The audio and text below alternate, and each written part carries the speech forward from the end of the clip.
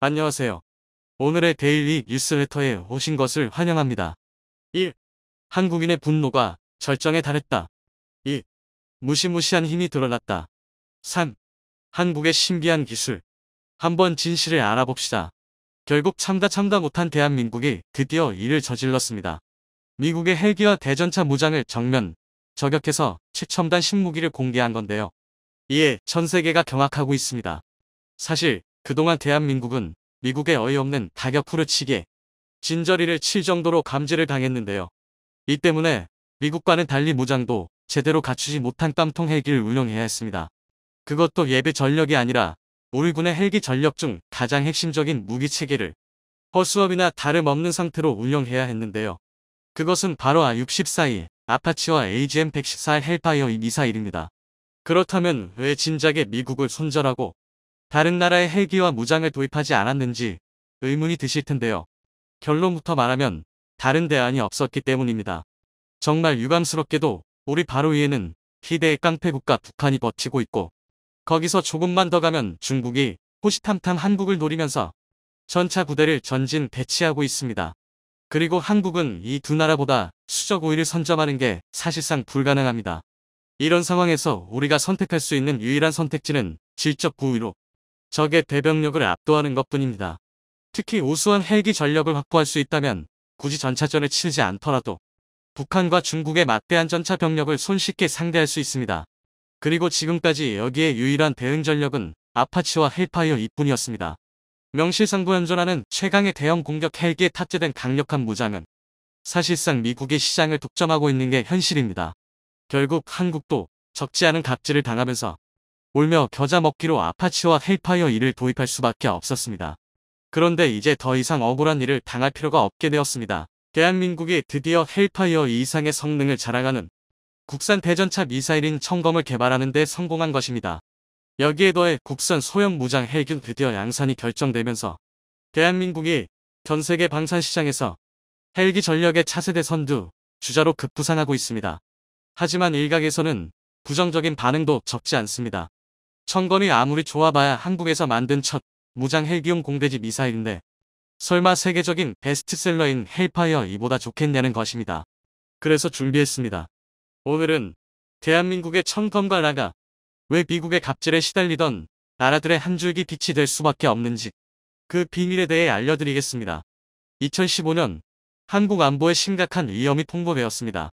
A-64E 아파치의 도입 수량에 비해 핵심 무장인 AGM-114 헬파이어 2의 도입 수량이 심각하게 모자란다는 건데요.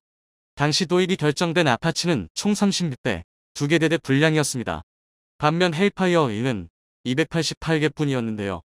얼핏 많아 보일 수도 있지만 아파치 1대에 최대 6개의 헬파이어 2를 탑재할 수 있다는 걸 생각하면 이는 턱도 없는 수량이었습니다. 최대치로 무장을 갖추면 단적인 한 개 대대만 무장이 가능했던 건데요. 물론 8발만 탑재하고 2개 대대를 전부 무장할 수도 있겠지만 헬기도 사격 훈련이 필요하다는 걸 감안하면 정말 받으실 최소한의 헬파이어 2만 탑재할 수 있었던 셈입니다. 즉 아파치를 상징하는 가장 핵심적인 무장의 여유분이 단 한 발도 없었던 건데요. 이는 보통 심각한 문제가 아니었습니다. 공격 헬기는 전차를 상대할 때 가장 확실하고 효과적인 무기 체계입니다. 특히 다수의 전차를 상대할 때 더욱 빛을 발하는데요. 그도 그럴 게 애초에 공격 헬기가 대전차전의 핵심으로 급부상한 이유부터가 소련의 전차 물량 공세에 대응하기 위해서였습니다. 헬기는 대공 화망이 닿지 않는 원거리에서 일방적으로 전차를 타격할 수 있고 목표물을 공격한 뒤에 능선이나 엄폐물 뒤로 재빨리 동체를 숨기는 입체적인 공격이 가능합니다. 실제로 미국의 시뮬레이션 결과 공격 헬기와 전차의 교환비는 무려 112에 달했습니다. 이러니 수적 우위가 열세인 나라에서는 공격 헬기를 적극 도입할 수밖에 없습니다. 더군다나 아파치와 최강의 무장 헬기용 대전차 미사일이라는 헬파이어 2를 조합하면 이론상 단 1대만으로 16대의 전차를 사냥할 수 있었습니다. 이는 정말 압도적인 위력인데요. 그리고 이 아파치와 헬파이어 2의 위력 때문에 대한민국이 무리를 해가면서 도입을 결정한 이유였습니다. 소련의 군사 전략을 그대로 이어받은 중국과 북한 또한 물량 공세를 대전제로 삼았기 때문인데요. 물론 북한이야 세대 차이가 워낙 많이 나다 보니 물량 공세고 뭐고 전차 대전차로 시원하게 박살 내버릴 수 있지만 문제는 중국입니다. 3세대 극 이상의 주력 전차만 5,850대 이상을 보유한 중국은 그 존재만으로도 상당히 심각한 안보 위협입니다. 특히 썩어도 준치라고 중국의 3.5세대 주력 전차인 99A식 전차는 K2 흑표가 아니면 승리를 장담하기 힘들었습니다. 하지만 이것도 헬파이어 2로 완전 무장한 아파치가 등장한다면 얘기가 달라지는데요. 중국인민해방부는 총 14대의 전차가 한 개 중대를 구성하고 있습니다. 즉 헬파이어 216발을 탑재한 아파치 단일대가 출격하는 것만으로도 중국의 전차 중대를 완전히 무력화시키고도 남는 것입니다. 절대적인 수적 우위가 열세인 대한민국이 거의 유일하게 선택할 수 있는 대응 전략인데요. 상황이 이렇다 보니 우리 군에서 현존하는 최강의 대형 공격 헬기라는 아파치를 36대나 도입한 건 지극히 합리적인 선택이었습니다. 그런데 정작 문제는 핵심 무장인 헬파이어 2에서 터졌는데요. 헬파이어 2가 분명 우수한 미사일인 건 맞았지만 미국의 단가 후려치기가 너무 심해서 가격이 너무 비쌌던 것입니다. 당시에도 한 발당 가격이 무려 1억 2천만 원이 넘었는데요. 헬파이어 2가 거의 세계 시장을 독점하고 있다는 걸 감안하면 이는 이해할 수 없는 높은 가격이었습니다. 사실 미국이 가격을 가지고 장난질을 쳤다기보다는 헬파이어 2의 개발사인 록히드 마틴이 시장 독점을 빌미로 말도 안 되는 갑질을 일삼았던 것입니다.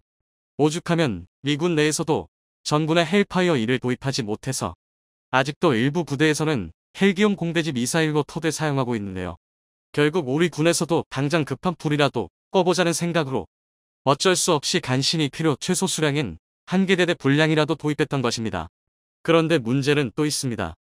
헬파이어 2의 최대 수명은 고작 10년입니다. 게다가 2021년 우리 군에서 아파치 36대 추가 도입을 발표했는데 이렇게 되면 어쩔 수 없이 계속해서 헬파이어 2를 구매할 수밖에 없던 것입니다. 이러니 록히드 마틴에서는 앞으로도 계속 한국을 호구 잡을 수 있겠다며 좋아했을 텐데요. 그런데 이제는 판이 바뀌었습니다. 록히드 마틴은 대한민국이 한 번 당하면 배로 갚아주는 독특한 유전자의 국가라는 걸 몰랐던 것입니다.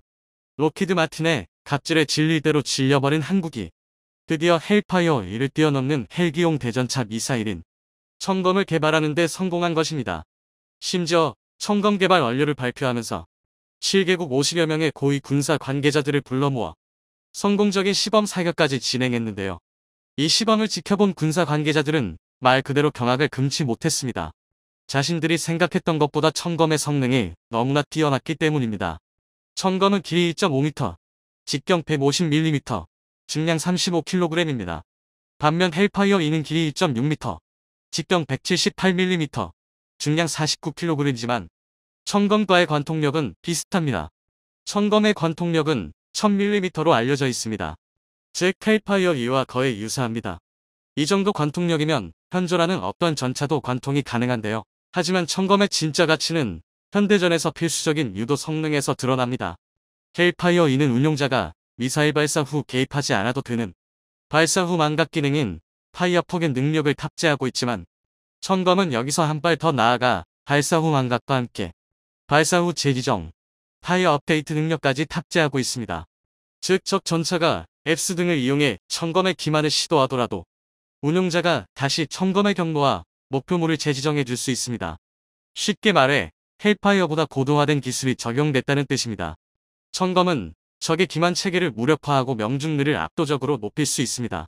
오죽하면 청검의 영문명을 탱크 잡는 저격수로 정했을 정도인데요. 이는 그만큼 명중률이 높다는 방증입니다. 하지만 이것만으로 이미 헬파이어 2의 잠식된 세계 시장을 공략하기엔 부족한데요. 그래서 청검에는 또 다른 첨단 기능을 탑재했습니다. 바로 청검이 갖춘 비장의 무기인 분해입니다. 유사 무기 체계에서는 청검이 세계 최초로 인공지능 알고리즘을 탑재한 건데요. 이 덕에 유사시 운용자의 개입 없이도 고정 표적을 자동으로 포착할 수 있습니다. 한마디로 청검이 알아서 혼자 적과 싸울 수 있는 것입니다. 그리고 무엇보다 청검은 한국이 순수 국내 기술로 개발해 국산화율 96%의 토종 미사일입니다.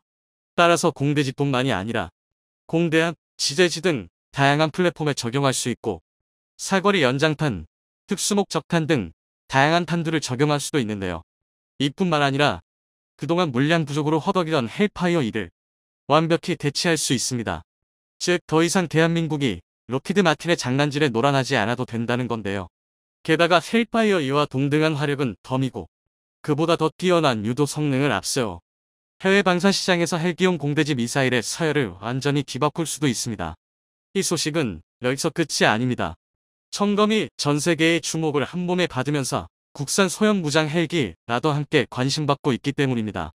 라는 한국이 세계 7번째로 개발에 성공했음에도 그동안 대형 공격 헬기와 비교당하면서 효용성 논란의 중심에 서 있었습니다. 하지만 라의 화력은 결코 얕볼만한 게 아닙니다. 우선 기본 무장으로 20mm 3연장 발칸포를 탑재하고 있고 70mm 로켓 7연장 발사기를 좌우 각 1기씩 장착해 총 14발의 로켓을 탑재할 수 있습니다. 게다가 대전차 미사일을 탑재할 경우 좌우 2발씩 총 4발의 청검을 탑재할 수 있습니다. 그리고 개량된 전장 감시 및 사격 통제 시스템, 체프 플레어 발사기, 레이저 경보 장치까지 탑재했는데요. 또 엔진이 2개나 장착되어 있기 때문에 순항 속도가 시속 278km에 달합니다. 이 정도면 기존에 운용하던 코브라를 완벽히 대체할 수 있음은 물론 순항 속도가 시속 293km 수준인 아파치와도 충분히 동시 작전이 가능합니다. 즉 아파치급은 아니어도 아파치를 보도하기에는 최적의 헬기인 건데요. 여기에 더해 영하 32도의 캐나다에서 초저온 테스트까지 통과하면서 전천후 성능을 인정받았습니다. 더군다나 도입한 지 40년도 넘은 500령 MD 아원에스 코브라를 대체하기 위해 개발된 만큼 양산 수량이 214대가 넘는데요. 이는 곧 대량 생산으로 이어지는 만큼 가격이 더 저렴해진다는 얘기입니다. 즉 화력은 물론 전천후 범용성, 가격까지 완벽한 틈새 시장 공략이 가능하다는 것입니다. 이 때문에 세계 방산 시장에서도 청검과 라의 조합은 비싼 아파치와 헬파이어 이 도입에 한계가 있는 중견국들에게는 충분히 매력적으로 다가갈 것입니다. 이제 대한민국의 자주 국방은 그동안 불모지였던 공격 헬기 전력까지 확장되고 있는 것입니다. 얼마 전 미국 바이든 대통령이 기자회견을 통해 11월 9일 테러의 주범이자 오사마 빈 라멘에 이어 알카에다를 이끌던 알 자와히리를 제거했다고 밝혔는데요. 여전히 미국은 테러와의 전쟁에서 물러날 생각이었고 미국의 적은 끝까지 추격할 것이라 엄포했습니다. 이번 알 자와히리 제거 작전에 미군의 최신형 무인기가 동원됐다고 밝혔는데요. 미군의 무인기에서 닌자 미사일이라는 별명으로 불리는 헬파이어 R9X 미사일이 발코니에 나와 있던 알 자와히리를 정확히 노리고 발사됐다고 합니다. 미국의 헬파이어 미사일은 공격 헬기와 무인기의 주무장으로 사용되며 최강의 대전차 미사일 자리를 지켜왔습니다. 최근 국방과학연구소에서 한국형 헬파이어 미사일을 공개했는데요. 그런데 2차 세대 전술 유도 미사일의 공개된 스펙이 무려 헬파이어 미사일의 3배에 달한다고 하는데요. 이 무시무시한 성능의 한국형 헬파이어 미사일이 한국산 스텔스 무인기에 장착될 예정이라고 밝혀져 한국의 드론 전력을 우습게 보던 중국에 큰 충격을 주고 있다고 합니다. 헬파이어 미사일 공습은 부가적인 피해를 줄이면서 목표물을 효과적으로 타격할 수 있어 미군에서 오랫동안 애용해왔는데요. 기존 헬기에 주로 탑재되어 운용되었던 헬파이어 미사일이었지만 무인기의 본격적인 운용으로 전성기를 맞이하게 됩니다. 헬기와 달리 소음을 내지 않는 무인기에서 발사되어 높은 고도에서 내리꽂는 헬파이어 미사일은 하늘에서 내려온 죽음의 천사와도 같았죠. 여기에 헬파이어 미사일의 개량형인 헬파이어 R9X가 등장하며 개인 목표물을 대상으로 더욱 치명적인 무기로 재탄생했습니다. 그런데 한국에서 개발 중인 유도 미사일의 스펙이 헬파이어 미사일의 3배에 달한다고 밝혀졌는데요. 현무, 신궁, 천궁, 현궁 등 뛰어난 성능의 국산 미사일을 수차례 개발했던 국방과학연구소에서 차세대 전술 유도 무기를 공개했습니다. 기존 보병용으로 개발되었던 현궁 대전차 유도 미사일보다 대형으로 한국선 군용 무인기와 FA-50에 도입할 예정이라고 합니다. 최대 사거리 30km의 최대 운용고도 15km로 사거리 10km, 운용고도 5km 정도인 헬파이어 미사일의 3배에 달하는 성능에 최대 9G의 중력 가속도에서 발사하는 게 가능하다고 하는데요. 이는 무인기나 FA-52 속도를 줄이지 않은 채로 목표물을 향해 발사하는 게 가능하다는 걸 의미합니다. 이러한 스펙이 공개되자 군사 전문가들이 믿을 수 없다는 반응을 보였는데요. 이는 기존 무인기를 이용한 전술의 패러다임을 바꿔놓을 만한 성능이기 때문입니다. 기존 미군이 무인기로 헬파이어 미사일을 발사하기 위해서는 5km 고도까지 내려와 속도를 200 kmh까지 줄여야 했습니다. 때문에 미사일 발사 직전에 발각될 경우 격추될 확률이 급격하게 높아졌었습니다. 군용 무인기가 한두 푼 하는 물건도 아니었기에 조금의 대공 무기만 있어도 무인기의 공격적인 운용이 불가능했죠. 그런데 이 한국형 헬파이어 미사일이 도입된다면 고고도에서 순식간에 미사일을 발사하고 철수하는 게 가능해집니다. 거기에 사정거리 3배는 단순히 3배 멀리 쏠 수 있는 것뿐만 아니라 기존 헬파이어 미사일이 지배할 수 있던 공역의 9배 이상의 범위를 무인기의 킬존킬존으로 만들 수 있게 된다는 것을 의미합니다. 이러한 성능에 미군을 비롯해 한국산 무기를 수입하던 국가들에서 높은 관심을 보이고 있는데요.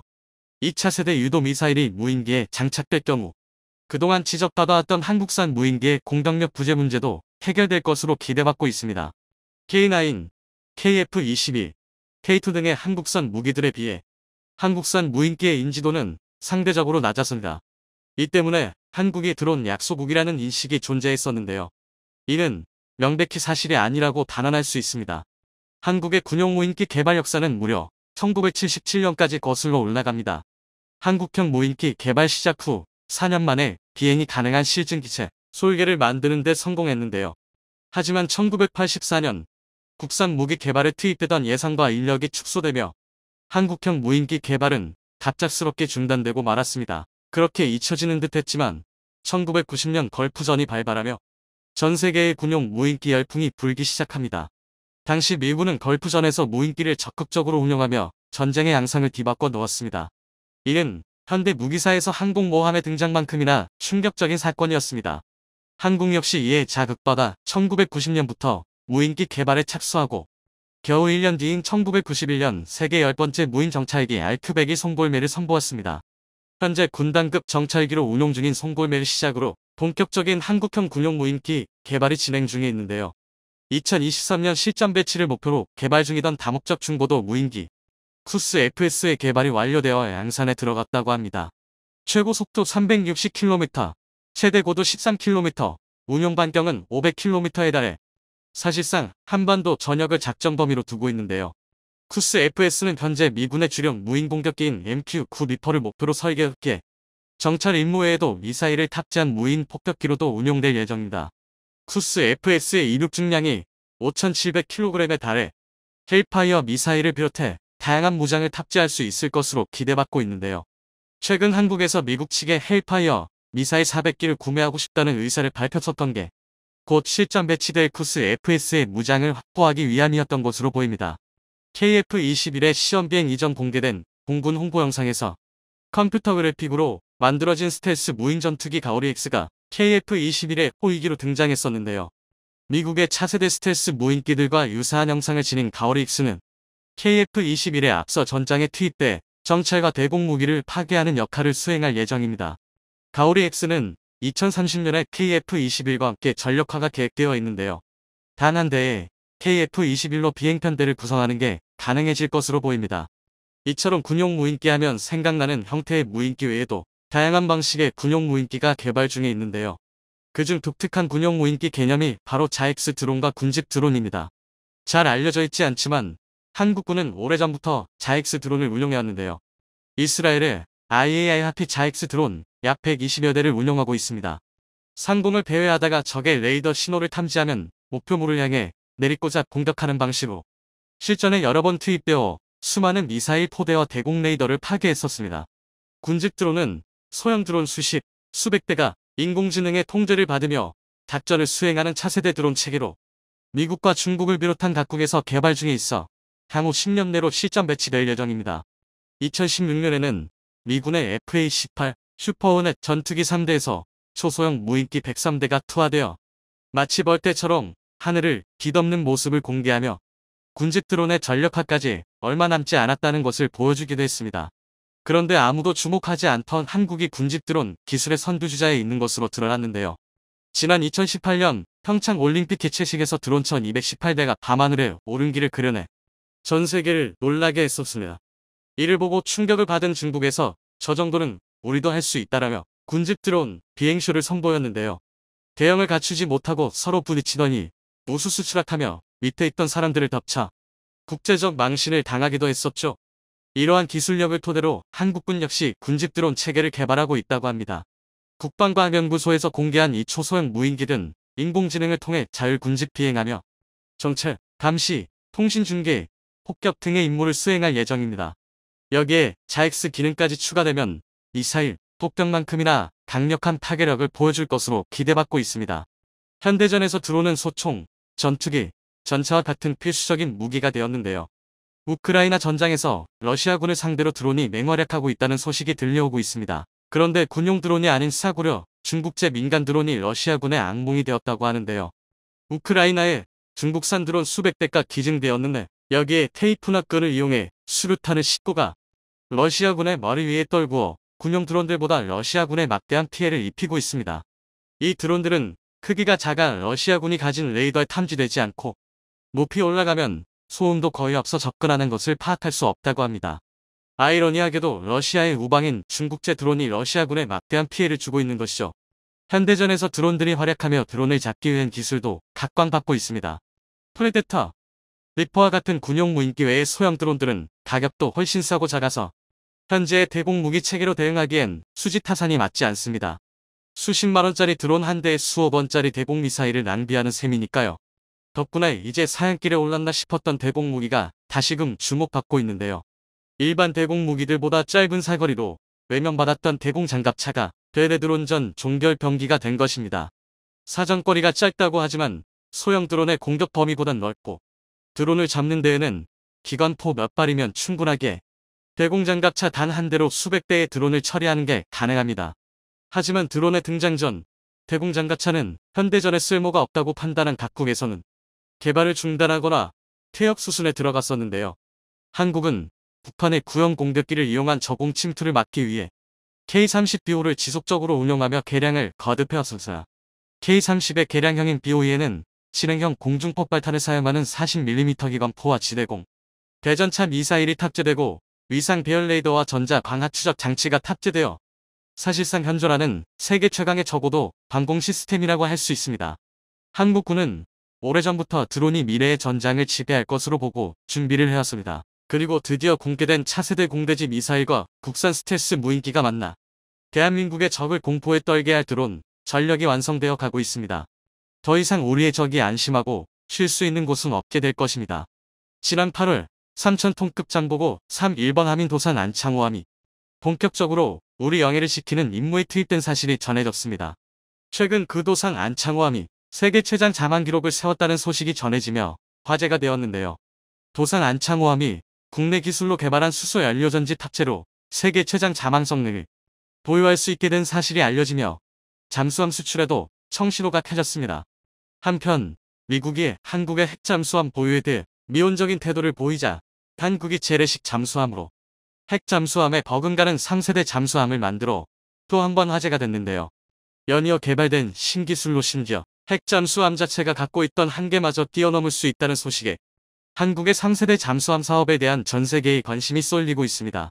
그와 더불어 최근 국제 분위기상 3세대 잠수함 사업의 이후 방향이 핵잠수함 건조로 추진될 가능성 역시 커지고 있다고 하는데 그 자세한 내용 알아보도록 하겠습니다. 우리 군 최초로 잠수함 발사 탄도미사일 SLBM을 탑재한 3,000톤급 장보고 3.1번 함인 도산 안창호함이 지난해 취역한 뒤 올해 본격적으로 우리 영해를 지키는 임무에 투입됐습니다. 도산 안창호급은 우리나라 최초의 3,000톤급 잠수함으로 기존의 독일 기술을 도입해 만든 장보고급 손원 1급과는 달리 설계부터 건조 모두 우리 기술로 이루어졌다는 것에 큰 의의가 있습니다. 원자력 추진이 아닌 재래식 방식이지만 공기분유 추진체계 AAP를 탑재해 몇 주 동안 수중 작전을 할 수 있는데요. 최근 도산 안창호함이 세계 최장 자망 기록을 세웠다는 소식이 전해지며 전 세계의 관심이 집중되고 있습니다. 3,000톤급 장보고 3배치 1 성능의 핵심은 국내 기술로 개발한 수소 연료 전지가 탑재됐다는 것인데요. 그로 인해 자망 작전 중에도 전력을 생산할 수 있는 시스템을 갖춰 20mm 넘는 세계 최장 자망 성능을 보유할 수 있게 되었죠. 그에 따라 탐지하거나 공격할 수 있는 여유기한도 늘어나 대한민국의 작전 능력이 대폭 향상될 수 있었습니다. 또한 국산 수소 연료전지는 기존의 공기를 사용하는 연료전지보다 효율을 높여 독일 제품보다 성능이 뛰어나다는 평가를 받고 있는데요. 장보고 3배치2에 탑재된 수소와 산소의 양만큼 물속에서 계속 자망하면서 전기를 생산해 추진하거나 배터리를 충전하는 데 사용할 수 있기 때문입니다. 이러한 사실이 전 세계에 알려지면서 잠수함 수출에도 청신호가 켜졌습니다. 최근에는 인도와 호주에서 잠수함용 연료전지가 탑재된 잠수함 건조 문의가 이어지며 해외 시장 진출을 앞두고 있는데요. 친환경 고성능 연료전지 개발로 적에게 노출되지 않고 바닷속에서 오랫동안 작전을 수행할 수 있게 되어 동북아 등 해양 세력의 벼락까지 주도하고 있습니다. 그러나 핵잠수함에 비하면 여전히 그 한계가 극명해 아쉬움이 남습니다. 핵잠수함의 경우 재래식 잠수함에 비해 속도가 3배 이상 빠르고 더욱 은밀하게 기동할 수 있으며 이론적으로 퇴역할 때까지 잠항이 가능하기 때문인데요. 최근 한국에서 그 한계를 극복할 수 있는 기술이 연이어 개발되며 분위기가 급반전되고 있습니다. 국방과학연구소에 든 고순도 수소를 잠수함 내에서 직접 생산해 잠항 성능을 높일 수 있는 기술을 독자 개발하는 데 성공했습니다. 최근 전력화되고 있는 잠수함은 잠항 시간을 최대한 늘리기 위해 고효율 연료전지를 탑재하고 연료 역시 고순도 수소를 사용하는데요. 기존의 잠수함용 연료전지에 쓰던 수소 저장 기술은 수소를 특수한 합금에 흡수시키는 방식으로 비교적 안전하게 수소를 취급할 수 있다는 장점은 있어 잠수함 내부에 설치되는 수소저 장합금의 무게당 저장 효율이 낮고 별도의 수소 충전 시설을 통해서만 충전할 수 있으며 충전 시간이 길다는 단점이 있습니다. 특히나 일정 주기마다 반드시 시설이 설치되어 있는 부두에 정박해야 했기에 은밀함이 가장 큰 무기라 할 수 있는 잠수함에 있어서는 치명적인 단점으로 작용할 수밖에 없었습니다. 이러한 단점을 극복하기 위해 국방과학연구소가 기존 수소저 장합금 방식을 대체할 수 있는 잠수함 연료전지용 메탄올 게질 플랜트 기술을 개발해낸 것인데요. 잠수함 연료전지용 메탄올 게질 플랜트 기술은 높은 비율로 수소를 포함하고 있는 메탄올을 연료로 활용하여 연료 게질 반응을 통해 잠수함 내에서 고순도 수소를 직접 생산할 수 있는 기술입니다. 메탄올은 값이 싸고 보관 및 주입 방법이 간단하며 무게당 저장 효율이 매우 높고 별도의 장치 또한 필요 없습니다. 따라서 해당 기술을 적용하면 별도의 수소 충전 시설형 필요 없으며 연료 보급 주기를 획기적으로 늘려 잠수함의 잠항 시간을 효과적으로 증가시킬 수 있습니다. 잠수함 연료 전지용 메탄올 게질 플랜트 기술은 지난 4년간 방위사업청의 핵심 기술 사업을 통해 개발된 기술로 향후 국산 잠수함의 성능 향상에 크게 기여할 것으로 기대되고 있는데요. 국방과학연구소의 관계자는 필요시 민간 선박용 연료전지, 산업용 연료전지 분야 기술 이전을 통해 수소 경제 사회 구축에 핵심적인 역할을 수행할 수 있을 것으로 기대된다며 잠수함 사업을 넘어 수소 산업 전체의 수준을 비약적으로 끌어올릴 수 있는 결정적인 계기가 될 것으로 내다봤습니다. 한편 고려되는 수전의 과정에서 수소 생성 촉매인 전이 금속 기반 나노 촉매를 이용하여 수소 에너지를 고효율, 저비용으로 생산하는 기술을 개발하는 데 성공했습니다. 고려대 연구원들이 개발한 해당 기술을 통해 전기 분해 효율을 대폭 끌어올려 수소 생산 자체 비용을 절감시킬 수 있을 것으로 전망되고 있는데요. 물을 분해하여 수소를 생산하는 물 전기 분해 방법은 친환경적인 방법으로 수소 대량 생산이 가능하며 전기 에너지를 활용하여 효율적인 수소 생산을 가능케 해 전망이 밝은 기술로 평가됩니다. 물 전기 분해 수소 생산 기술의 핵심은 수소 발생 반응이며 이 반응의 활성이 가장 뛰어난 촉매는 백금입니다. 그러나 백금은 매우 고가의 촉매로 킬로그램당 무려 7만 달러가 넘으며 비활성화도 매우 빨라 사용기간이 사실상 하루를 넘기지 못합니다. 그로 인해 전기 분해를 통한 수소 생산법 자체의 가격 경쟁력을 떨어뜨리는 큰 요인이 되었죠. 수소의 상용화를 위해 값비싼 백금을 대체할 수 있는 저렴하고 우수한 활성을 갖는 촉매 소재 개발이 필수적으로 요구되어 왔는데요. 우리 연구팀은 촉매 소재로 물 전기 분해에 뛰어난 활성을 갖는 몰리브덴과 바나듐의 합금인 전이 금속 디칼코게나이드 나노 소재를 개발하는 데 성공했습니다. 이번 연구에서 콜로이드 용액 합성법을 이용하여 몰리브덴과 바나듐의 조성비를 조절한 합금, 디칼코게나이드 합성에 성공할 수 있었는데요. 조성비 변화에 따른 촉매 활성도를 통해 단일 금속보다 훨씬 뛰어난 활성을 확인할 수 있었습니다. 또한 슈퍼컴퓨터의 양자역 학적 계산으로 안정된 합금 결정 구조와 뛰어난 물 전기 분해 촉매 활성 메커니즘도 입증했습니다. 이를 수소 추진 잠수함에 적용하면 바닷물을 전기 분해 저장 중인 산소와 수소의 소모량을 절약할 수 있습니다. 또한 잠항을 마친 후 수면 위로 올라와 디젤 엔진을 가동하며 AIP 충전 및 산소를 보급하는 스노클링 빈도를 줄이는 것에 큰 도움을 줄 수 있을 것입니다. 그로 인해 기술이 상용화되면 재래식 잠수함도 비교적 저렴한 비용으로 핵잠수함 못지않은 잠항 기간을 확보할 수 있을 것으로 전망되는데요. 심지어 핵잠수함이 갖고 있던 문제점까지 해결하며 새로운 게임체인저 무기 체계로 거듭날 수 있다는 소식어 한국의 3세대 잠수함 사업에 대한 전 세계의 관심이 쏠리고 있습니다. 핵 잠수함은 많은 장점을 갖고 있지만 천문학적인 비용이 든다는 치명적인 단점을 갖고 있습니다. 단순히 건조, 운용, 유지에 드는 비용뿐만 아니라 시설과 교육 훈련에도 천문학적인 경비가 들어갑니다. 기술의 확보, 건조, 핵연료의 농축과제 처리, 승두원의 방사능 대처 교육 등 하나하나 엄청난 거금이 들어가며 핵잠수함 한 척에 들어가는 경비가 재래식 잠수함의 무려 10배 이상에 달합니다. 기존 재래식 잠수함에 최근 개발된 기술을 바탕으로 수소 동력을 적용함으로써 모든 문제점을 해결하고 무제한에 가까운 자막 능력도 얻을 수 있을 것으로 기대되고 있는데요. 기존 재래식 잠수함의 잠안 기간은 길어야 3주이며 승조원의 피로도를 고려하여 15주 정도 주기로 운용해 왔습니다. 최근 개발된 기술로 스노클링 빈도를 15주에 한 번 정도까지 떨어뜨릴 수 있다면 저렴한 비용으로 핵잠수함을 확보한 것과 비슷한 효용 가치를 얻을 수 있는 것입니다. 우리 군은 장보 보상 사업을 통해 2030년대 초까지 도산 안창호함을 비롯한 배수량 3,000톤에서 4,000톤급 이상인 9척의 잠수함을 전력화하는 사업을 추진 중입니다. 이 중 1에서 3번 한 배치 1은 연료전지식 AIP 추진 체계를, 4에서 6번 한 배치 2는 리튬이온을 사용하는 개량형으로 건조될 전망이며 4,000톤급으로 추정되는 7에서 9번 한 배치 3은 아직 추진 방식이 결정되지 않은 상태입니다. 최근 국제 분위기상 3세대 잠수함 사업의 7에서 9번 한 배치 3이 핵잠수함으로 추진될 가능성이 커지고 있다고 하는데요. 그동안의 관행으로 볼 때 핵잠수함에 관한 연구 개발은 이미 많은 진척이 되었다고 추정할 수 있습니다. 오쿠스 동맹이 결성되면서 탈원전 비핵화를 선언한 호주가 미국의 권유로 버지니아 원자력 잠수함을 획득한다고 발표했는데 한국의 핵잠수함과 관련하여 직간접적으로 영향을 미칠 것으로 예상됩니다. 또한 뉴욕타임즈 등 외신에서는 한국의 핵추진 잠수함 도입 가능성을 점치는 기사들이 잇따랐으며 디플로맷, 포링폴리시, 랜드연구소 등은 한국이 독자적 핵잠수함을 설계 건조할 능력이 있다고 말합니다.